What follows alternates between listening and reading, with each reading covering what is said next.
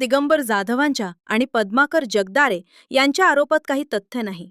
उलट त्यांचे 10 वर्षातील धंदे बघा, असा प्रतिहल्ला महापालिकेचे राष्ट्रवादीचे गटनेते मैनुद्दीन बागवान यांनी केला.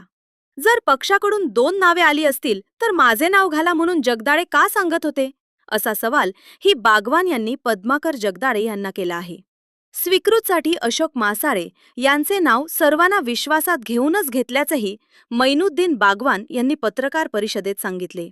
यावेळी नगरसेवक अशोक मासाळे, नसीम नाईक, शेरिंग पिरजादे, आझम काझी, आरिफ चौधरी, शिवाजी दुर्वे उपस्थित होते. त्यांनी जो आरोप करतात, मी आता काय म्हणतो, 10 नंबर वार्डामध्ये अशोक आणि त्यांची मिसेस दोघांनी आपल्याकडे उमेदवारी मागितली होती आणि त्यांना उमेदवारी देण्याचं आश्वासनसुद्धा दिलं होतं. पण आपण त्यांना जागा तिथं आपल्याला वाटणाऱ्या जागाच नाही आल्यामुळं त्यांना मी असो ते जगदा दोघांनी विनंती केली, तुम्ही इलेक्शन लढवू नका, तुम्ही थांबवा, पक्ष तुमचा योग्य वेळी योग्य विचार करेल. आणि ज्या वेळेला मासाळ यांनी नगरसेवकाचा आज दाखल केलं, मग माझ्याकडे नाही मागणी केली, जिल्हा अध्यक्षाकडे मागणी केलेली आहे.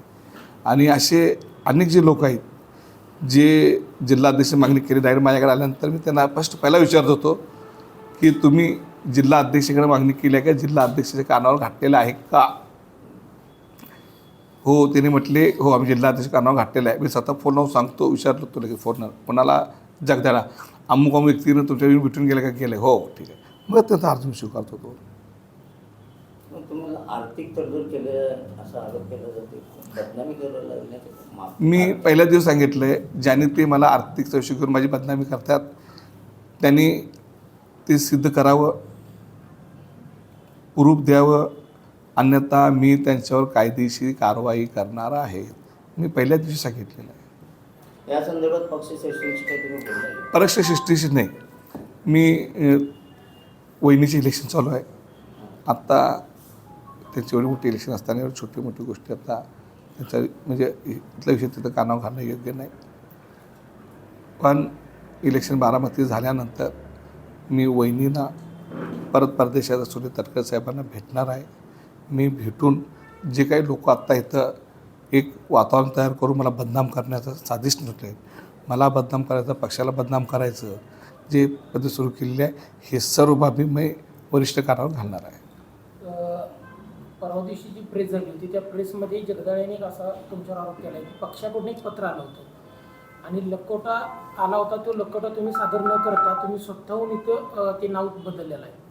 पक्षाकडून दिगंबर यांचं नाव आलं होतं, परंतु तुम्ही परत म्हणजे नाव बदललेलं आहे आणि तुम्हाला ते पत्र देताना त्यांनी फोटो देखील काढलेला आहे. एकदम बरोबर आहे.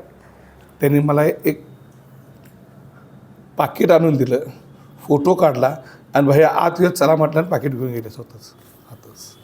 आत आम्ही बसलो, तो आपण सर्व नगरसेवक आले, संजय काका आले, त्यांचे साधक म्हणून चर्चा झाली आणि चर्चेतनं 2 नाव फायनल केले.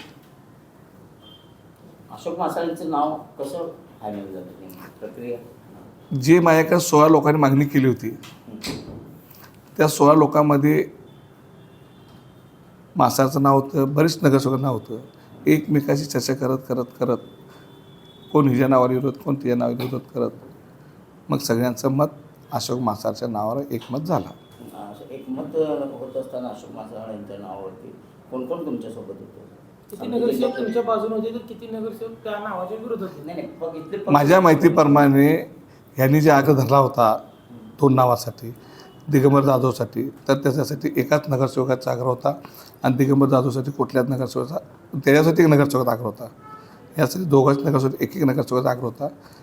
पण निरीक्षक आले होते, निरीक्षकाकडे यांच्याकडे 5 लोकांनी यांच्या नावाची शिफारस केली होती आणि बाकीचे नगरसेवकांनी बागवान साहेब सांगेल ते. म्हटलं मला शब्द आत्ता द्या, मी दोन्ही अर्ज विड्रॉल करतो म्हटलं, आणि जे तुम्ही उमेदवार तिथं देताय अलायन्समधला त्यांच्या मी पाठीशी राहतो.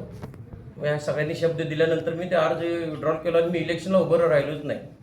राजूमुळींच्या पाठीशी राहून त्यांना 5000 मतं पडली. काँग्रेसचे हे होते निंबाळकर मॅडम, ते निवडून आले 5,500 मतानं.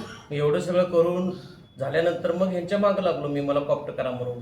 मग कॉपला अर्ज केला, अर्ज केल्यानंतर इथं सगळं हे गोंधळ उठल्यानंतर तुम्ही करत मग शेवटला काही नगरसेवकांना मी भेटलो सगळ्या आणि विनंती केली आणि त्यातनं माझं नाव फायनल झालेलं आहे. आणि माझी जी निवड आहे ती कायदेशीर आहे. कुठेही जे गोंधळ उठला आहे ह्याच्याशी माझा कुठेही काही संबंध नाही. तुमच्यावर आरोप होते बाबांनी तुमच्यासोबत आर्थिक तडजोड केली आहे. आर्थिक वस्तुस्थिती काय? आर्थिक माझ्याकडे त्यावेळी जर असतं तर बंडखोरी करून अपक्ष उभं राहिलो असतं की मग इलेक्शन लढवली असते ना. इथं ह्यांना पैसे द्यायचे मग त्याच वेळी मी हे केलं असतं. माझ्याकडे माझं काही एवढं पैशाचं बजेट नाही आहे. त्यामुळं मी सामाजिक कार्याच्या बळावर आणि ह्यांना राष्ट्रवादी पक्ष 10 नंबर वार्डामध्ये कोणच नाही यांचं तिथं घड्याळचं काम करणारं कोणीच नाही म्हणून मला संधी मिळाली आहे. तुमच्या विरोधात पक्षातील सगळे जे काही कार्यकर्ते असतील ते आता राजीनामे देण्याची तयारी आहे.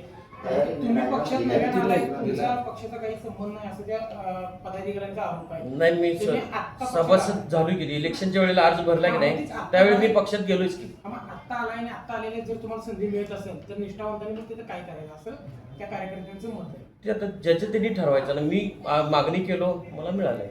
आता ते जे मला शब्द दिलता ते शब्द त्यांनी पूर्ण केला एवढंच मी म्हणतो.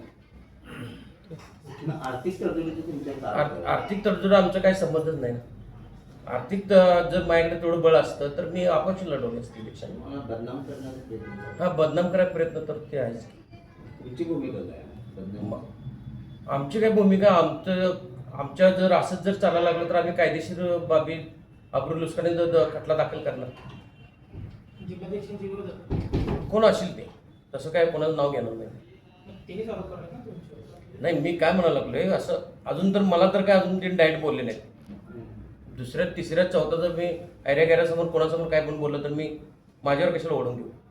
प्रसार माध्यमांच्या समोर बोलले आमचे जिल्हा नाही मला काय म्हणायचं आहे वैयक्तिक मला जर त्यांनी बोलून जर काय बोलले किंवा एखादं पत्रव्यवहार जर काय तर लेखी केलं. त्यांनी तुमच्या नावाविषयी ते विषयी ते बोलले की तुम्ही आर्थिक व्यवहार झालेला आहे. त्यांनी असं आयरेगिरे नव्हते तिथे सगळे ते पत्रकार होते.